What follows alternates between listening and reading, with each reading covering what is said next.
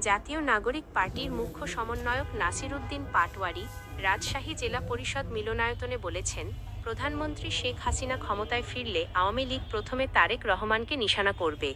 পাটওয়ারি সতর্ক করেছেন, অতীত ইতিহাস না জানলে রাজনৈতিক বিপর্যয় অনিবার্য। তিনি সরকারকে আক্রমণ করে বলেন, শুধু কার্ড দিয়ে জনগণের সমস্যা মেটানো যায় না। উন্নয়ন যেন নেই, বরং মানুষ কাগজের খোঁজে ঘুরছে। টাকা না এলে আমরা লাল কার্ড দেখাবো। তিনি সরকারের নীতিকে অসঙ্গতিপূর্ণ ও জনগণের প্রতি অবহেলাপূর্ণ হিসেবে আখ্যায়িত করেন। ফারাক্কা লংমার্চের উদাহরণ দিয়ে পাটওয়ারি বলেন, যদি দেশের নীতি ভারতকেন্দ্রিক হয়, তবে জনগণ শুধু সীমান্তে নয়, ভিতরেও বিপদে। নদী ও খাল সংক্রান্ত অব্যবস্থাপনার দিকে ইঙ্গিত করে তিনি বলেন, জীবন বাঁচাতে পানি দিতে হবে। নদী না থাকলে খাল খনন অকাজ।